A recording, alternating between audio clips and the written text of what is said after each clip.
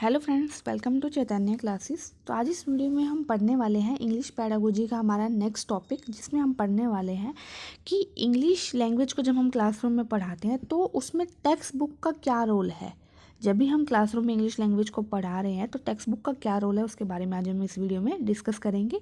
और next video में हम बात करेंगे इसी टॉपिक से रिलेटेड जितने भी आपके प्रीवियस ईयर क्वेश्चन हैं। प्रीवियस ईयर के जितने भी आपके क्वेश्चन हैं वो आपको नेक्स्ट वीडियो में मिल जाएंगे।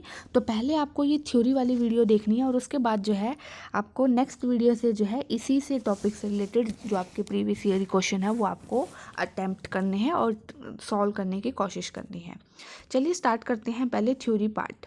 ठीक है, तो इम्पोर्टेंस क्या है टेक्स्ट बुक की जब हम क्लासरूम में इंग्लिश लैंग्वेज को पढ़ाते हैं।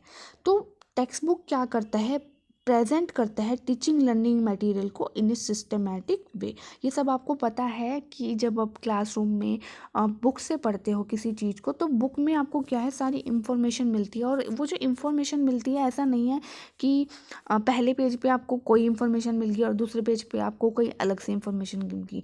जो भी आपको इन्फॉर्मेशन मिलती है, जो भी आपको डाटा मिलता है, एक सिस्टमैटिक वे में रिप्रेजेंट किया जाता है आपके सामने, जिससे जो है बच्चा क्लासरूम में जो भी चीज़ सीख रहा है बुक से तो वह उसको सिस्टमैटिक वे में सीख सके।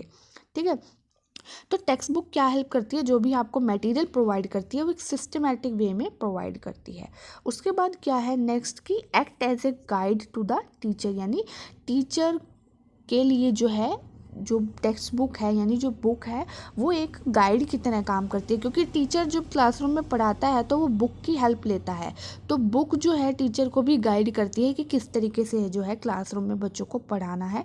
तो टीचर जो है बुक की सहायता करते हुए जो है क्लासरूम में बच्चों को पढ़ाती है। तो टेक्स्ट बुक जो है स्टूडेंट को स्टडी मटेरियल प्रोवाइड करता है, टीचर को गाइड की तरह काम करता है और कुछ एग्जाम्पल्स प्रोवाइड करती है बुक, जिससे जो है बच्चा क्लासरूम में अच्छे से सीखता है चीज़ों को।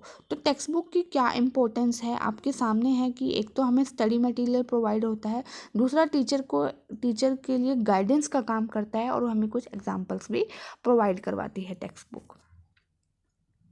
ठीक है, अब हम बात करते हैं फीचर्स क्या है एक गुड टेक्स्ट बुक, यानी अगर कोई एक टेक्स्ट बुक है तो हम उसको गुड टेक्स्ट बुक कब कहेंगे कि वो एक अच्छी बुक है, हम कैसे कहेंगे, क्या क्या फीचर्स होते हैं एक गुड टेक्स्ट बुक होने के।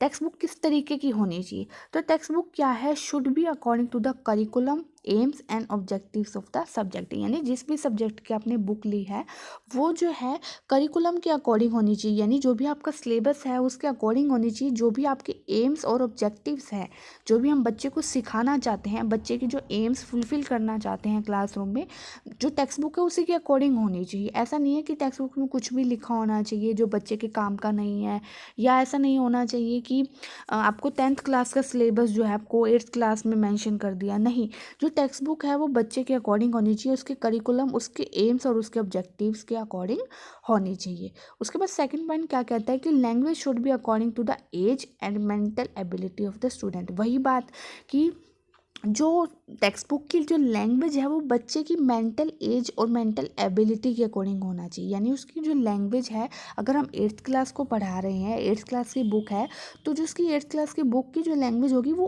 8th क्लास के बच्चे के हिसाब से ही होनी चाहिए। ऐसा नहीं है कि जो उसमें जो लैंग्वेज यूज़ की गई है बहुत हार्ड लैंग्वेज यूज़ की गई है जो आपको 11th-12th क्लास के बच्चों को समझ आती है।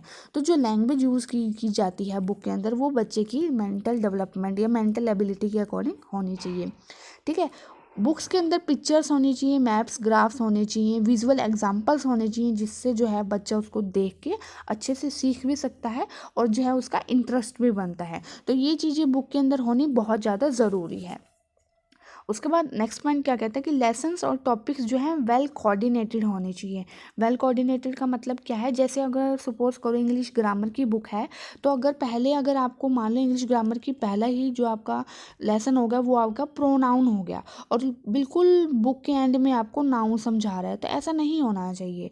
मतलब वेल कोऑर्डिनेटेड का मतलब है कि पहले जो है बुक में नाउन पढ़ाया जाना चाहिए, नाउन का लेसन होना चाहिए और उसके बाद प्रोनाउन का होना चाहिए। एक सिस्टमेटिक वे में चीज़ें होनी चाहिए, तभी जो है वो जो बुक क्या कहलाएगी, गुड टेक्स्ट बुक कहलाएगी।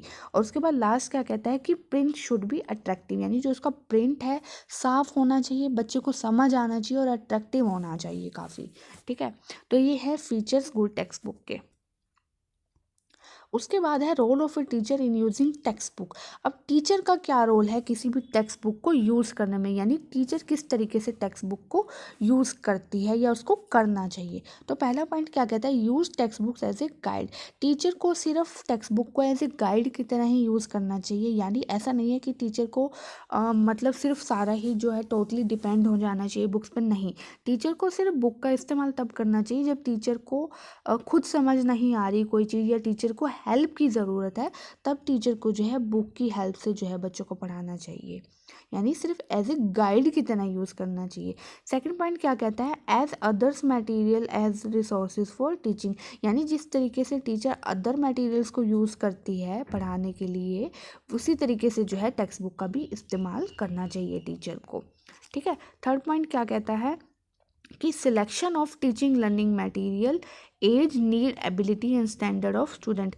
तो जब टीचर टीचिंग लर्निंग मटेरियल को सिलेक्ट करती है क्लासरूम में बच्चों को पढ़ाने के लिए, या आप कह सकते हो बुक को सिलेक्ट करती है, तो बच्चे की एज नीड और एबिलिटी और उसके स्टैंडर्ड के हिसाब से ही टीचर को चूज़ करना चाहिए। यानी जब टीचर टेक्स्ट बुक लगवाती है क्लासरूम में या पढ़ने के लिए कहती है, तो वो बुक जो वो मेंशन करती है वो बच्चे की एज के अकॉर्डिंग होना चाहिए या उसकी नीड के अकॉर्डिंग, उसकी एबिलिटी के अकॉर्डिंग जो है होनी चाहिए चीज़ें।